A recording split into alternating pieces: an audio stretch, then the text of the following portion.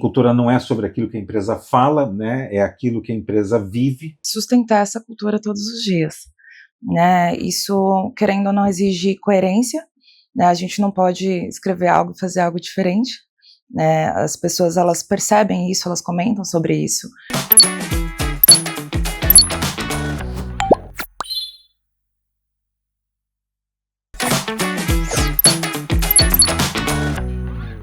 Muita gente acha que cultura é aquilo que deixa a parede bonita do escritório. É uma coisa que a gente coloca num documento ou a gente faz uma apresentação interna.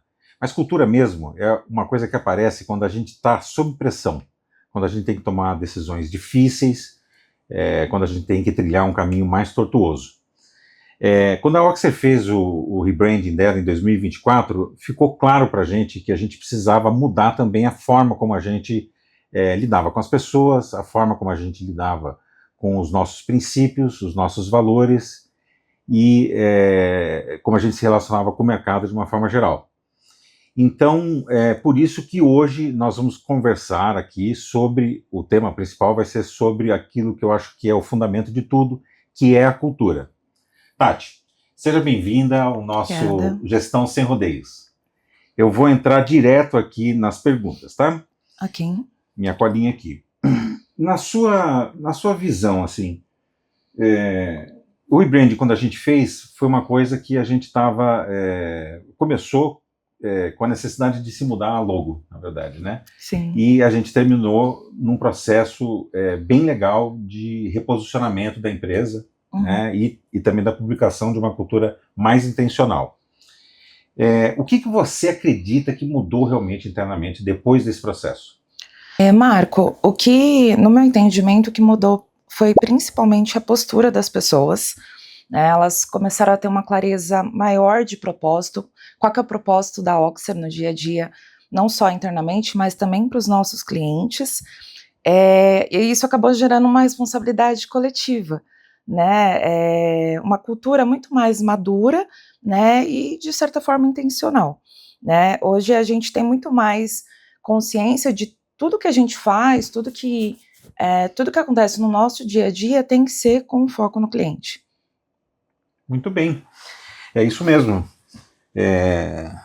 A gente notou, quando a gente olhou para trás, foi um processo difícil, né? Eu estou narrando o jogo jogado, Sim. Fica fácil, né? Igual comentarista de futebol. Mas a pandemia fez a nossa cultura não intencional na época desidratar, né? Até chegar a um ponto em que Sim. as pessoas estavam vivendo por aquilo que estava na agenda delas, né? Ao invés de olhar o trabalho sob um contexto maior, né? Sim. Mantendo o cliente no centro do nosso negócio. E então eu acho que é isso mesmo, né? Quando a gente publicou a nossa cultura, como a gente vive cada um dos nossos valores, e especialmente como a gente não vive cada um desses valores, a coisa começou a entrar numa espiral mais virtuosa dentro da Oxer, né? Muito bem, você veio aqui com o compromisso de estruturar isso, né?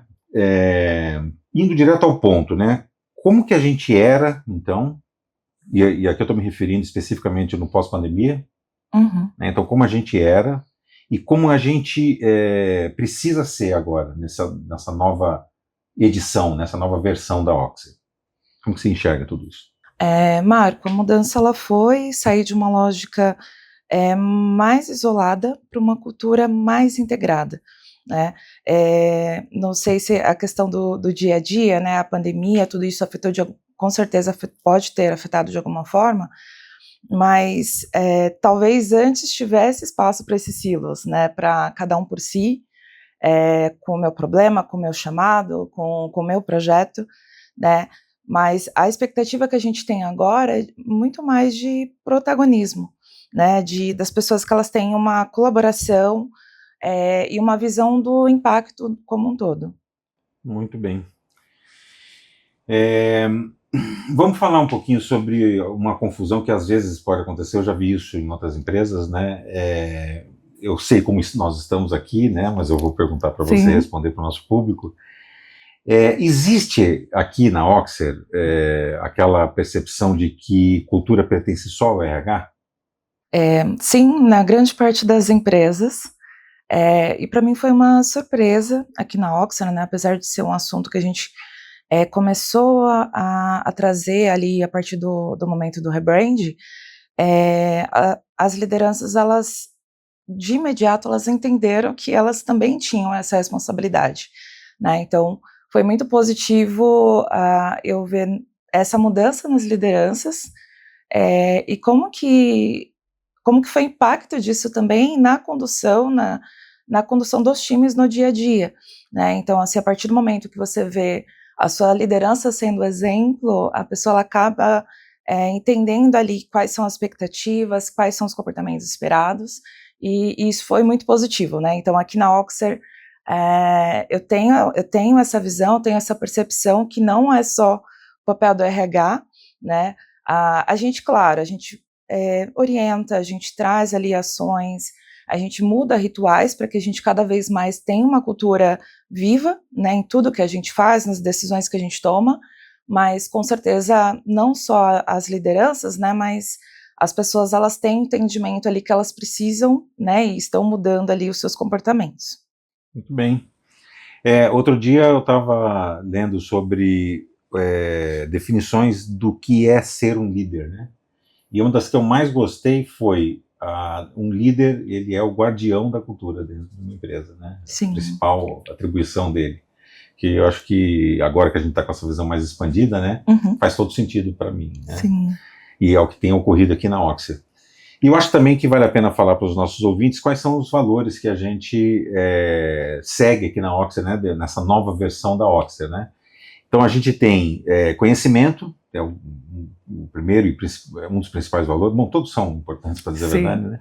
Conhecimento, ética, foco no cliente, respeito e comprometimento. Não vai dar tempo, né, no programa de falar um pouco mais sobre isso, mas vale ressaltar que para cada um desses valores a gente escreveu como a gente vive aquele valor e, em especial, e eu acho que o mais importante, o que a gente não tolera, né? Sim. Como a gente não vive aquele valor, né? Muito bem, próxima pergunta aqui. O que você acha, na sua opinião, que foi mais desafiador? Escrever esse código de cultura ou sustentar essa cultura? Com certeza, Marco, sustentar essa cultura todos os dias, né? Isso, querendo ou não, exige coerência, né? A gente não pode escrever algo e fazer algo diferente, né? As pessoas, elas percebem isso, elas comentam sobre isso. Então, acho que o primeiro ponto, sustentar essa cultura.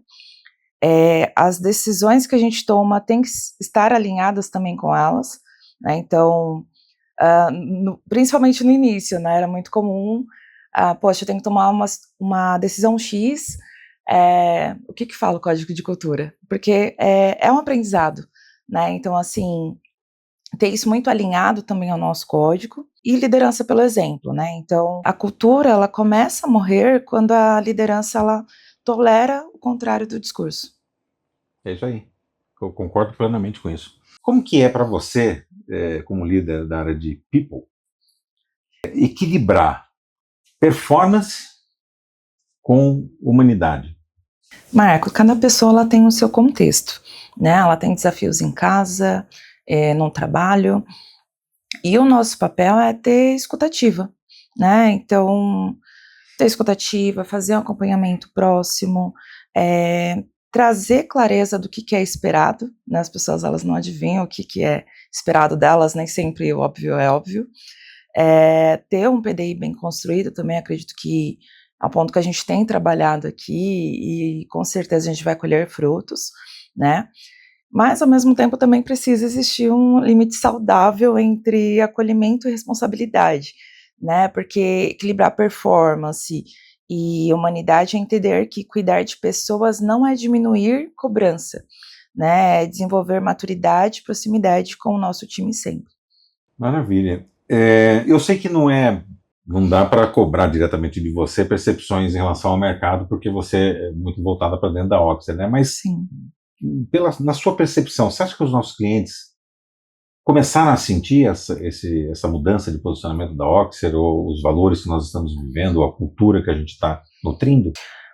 Apesar de eu não ter esse contato direto com o cliente, né, eu acabo participando de reuniões, né, ali com as demais lideranças, eu acabo tendo feedback ali, não só das lideranças, mas das pessoas que trabalham no dia a dia, né? E com certeza eu posso responder que sim, né? A cultura ela tem sido percebida pelo nosso cliente na forma como a gente comunica com o nosso cliente, no compromisso de manter o que foi combinado, né? Qual cliente não gosta de um go live que realmente acontece na data do que era esperado, na qualidade do atendimento que a gente traz para esse cliente e na proatividade do time em buscar soluções, né?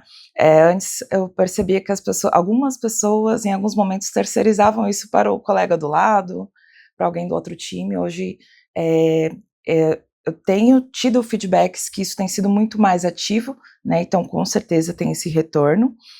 E quando isso começa a acontecer de uma forma consistente, né, a experiência do cliente muda, né? Porque ele se sente que ele está lidando com uma empresa que não apenas entrega, né, mas orienta, acompanha e guia o cliente da melhor forma.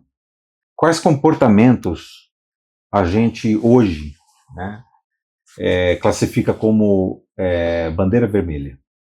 Né? A gente não tolera mais. Isso está muito claro, eu acho que para todo mundo que está aqui, né, mas eu acabo reforçando, principalmente com quem está ingressando agora na Oxer, falta de responsabilidade, né, nas entregas, qualquer tipo de comunicação agressiva ou que seja desalinhada com o que a gente entende ali que é respeito, tá?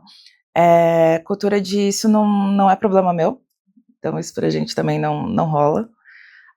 Falta de foco no cliente, resistência à evolução no aprendizado, né? As pessoas, qualquer empresa, ela traz ali formas, né, ferramentas, treinamentos ali para que possam direcioná-la, né, para que ela se desenvolva, mas é também o papel dessa pessoa ir atrás do conhecimento, entender o que ela pode melhorar, né? Então acho que esse ponto do conhecimento para a gente também é muito importante. Individualismo, né, acima do coletivo, e lideranças desconectadas com a cultura, né? A mudança cultural, ela sempre exige coerência entre discurso e prática, e a cultura da nova Oxer, ela exige maturidade, né? Protagonismo e consciência de impacto. Bem legal. Quer dizer, não é que um comentário sobre essa resposta, né, especialmente sobre essa pergunta, não é que a gente tolerava antes, né? E nem é que as pessoas faziam isso de forma intencional, né? Vamos pegar o foco no cliente, por exemplo, como um exemplo aqui, né? E quer dizer que as pessoas não tinham foco no cliente? Não é isso, né? A gente tinha uma percepção distorcida do que era ter o foco no cliente, né? Um exemplo que a gente combateu bastante é a Oxer, à medida que ela foi crescendo, a gente foi criando processos, né, que deveriam ser seguidos para manter o negócio no trilho. Né? Sim. E muitas vezes o cliente sofria porque ele tinha que ficar à mercê do processo da Oxer. Sim. Né? E não tem que ser assim, né? Se o cliente está sofrendo por causa do nosso processo precisa mudar. Né? Não é o cliente que tem que se submeter. Então é um exemplo, né, de uma coisa que estava sendo genuinamente conduzida aqui, que na percepção de que seria o caminho correto, e a gente, nesse reposicionamento que nós fizemos, a gente começou a ter mais clareza em relação ao que a gente quer ser, né? Muito legal. Vamos falar um pouquinho sobre futuro. Quando uma pessoa entra dentro da Oxer, qual é a percepção que a gente intencionalmente quer passar para ela, né? O que a gente quer que ela sinta, né? Que comportamento que a gente quer buscar e moldar, né, dessas pessoas que entram aqui na empresa? Primeiro ponto, né, que elas entendam quais são os nossos valores, que elas se sintam pertencentes a esses valores, né, elas se reconheçam nesse sentido, que elas tenham uma clareza de propósito, né, a partir do momento que ela tem clareza de qual que é o propósito da Oxer, né, o Mais Parceiro Somos Guias, qual que é o nosso propósito e como que elas podem colocar isso em prática no dia a dia, né, isso acaba acontecendo de forma natural e elas acabam tendo ali, com os nossos profissionais, exemplos de como fazer isso, né, então é isso que eu espero. Legal. O interessante desse raciocínio, né, o que levou a gente a fazer essa pergunta, é que não é que a gente quer que as pessoas vivam os nossos valores, né? Isso não é possível, a gente é um grupo bastante Sim. heterogêneo. Cada ser humano tem o seu grupo de valores próprios, né? Mas precisa ter uma ressonância, né?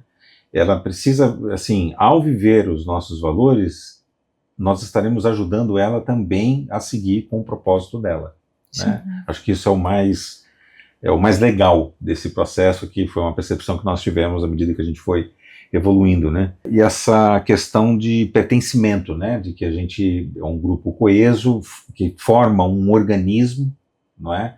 Com uma imunidade alta, com certeza, como todo organismo precisa ser, e que começou já a expelir aqueles elementos que não reverberam os valores da Oxford. Não que eles estejam errados, né? Sim. Mas não vai dar para ser feliz aqui, né? Então não tem problema nenhum ele ser feliz em outro lugar. Eu tenho testemunhado isso, eu tenho achado assim um processo super interessante, né? Bem divertido até em alguns momentos, e que me faz perceber que a gente realmente está na direção certa, né? Muito bem. Eu acho que, no fim, cultura não é sobre aquilo que a empresa fala, né? É aquilo que a empresa vive, certo? Na percepção que nós estamos tendo agora, acho que é a opinião de todo mundo.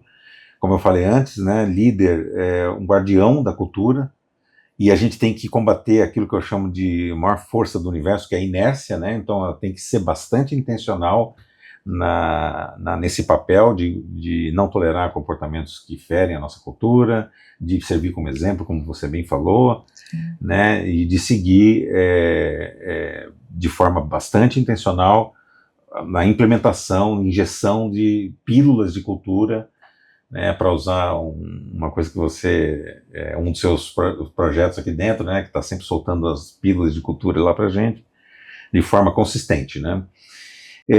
Nenhuma empresa sustenta, que a gente está numa fase de crescimento, né, então é uma frase que eu roubei de outra pessoa, né, não existe zona de conforto no crescimento, e também não existe crescimento se você não tiver uma cultura forte, né, a gente chegou a essa conclusão, e a gente está percebendo isso, vivendo isso na prática, né. Tati, eu queria te agradecer por essa conversa e por você compartilhar, né, a sua forma de pensar, as suas ideias em relação a isso. E a você que esteve aqui com a gente até agora, muito obrigado e até o próximo episódio.